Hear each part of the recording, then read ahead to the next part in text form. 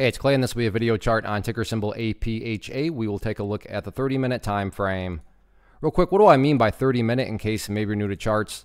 Instead of each one of these candlesticks here representing 1 day's worth of price action, which is what you would normally see, each one represents 30 minutes. So while this here may look like several days worth of time, it's actually today's price action broken down into 30-minute time slices. I'll let you this time frame that does a good job of telling the quote-unquote story of the price, and then makes mapping out where levels of support and resistance a bit easier to see. Nice movement today, especially when you consider in the fact that at one point during the the early portion of the day, the price was all the way down there, but then the price was able to actually fight back and close up around that area of the chart. So into that, in just looking at one single day, nice bounce. But the interesting part going forward is all about this trend line right here that really kind of caught my eye. So let me just kind of point this out, and let's change this to red for resistance. But this trend line here has really kind of revealed where, just kind of the overall flow of things is, if you will, or the trend of things. And you can see that every time there's been a bounce, that line has, almost perfectly immediately rejected where the highs have been. Now, like I said, I didn't say perfectly because technically speaking, yes, today the price got slightly up above it, but you get the idea of what I'm talking about. Whenever the price has approached this red line, it's just been rejected. Now, I am not saying that the price can never ever get up above that red line or anything like that. I'm just saying that apparently, according to the story and the data that the chart is telling us, the price is really going to need to bring its A game if it's going to be able to not only fight above that area, but then also stay up above it. So that is certainly a key level of resistance going forward. As far as overall areas of support are concerned, this will make a little bit more sense if I kind of bring this out here a little bit. But the key level to watch going forward is down here at, let's see, what is that?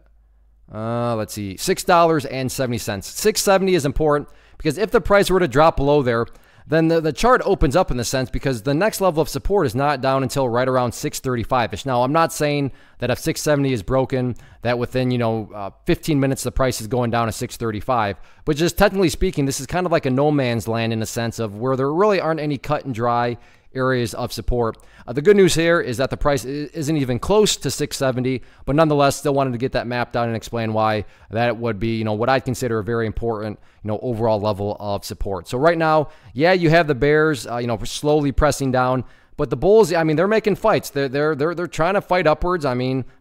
Fight upwards there, and a fight, today.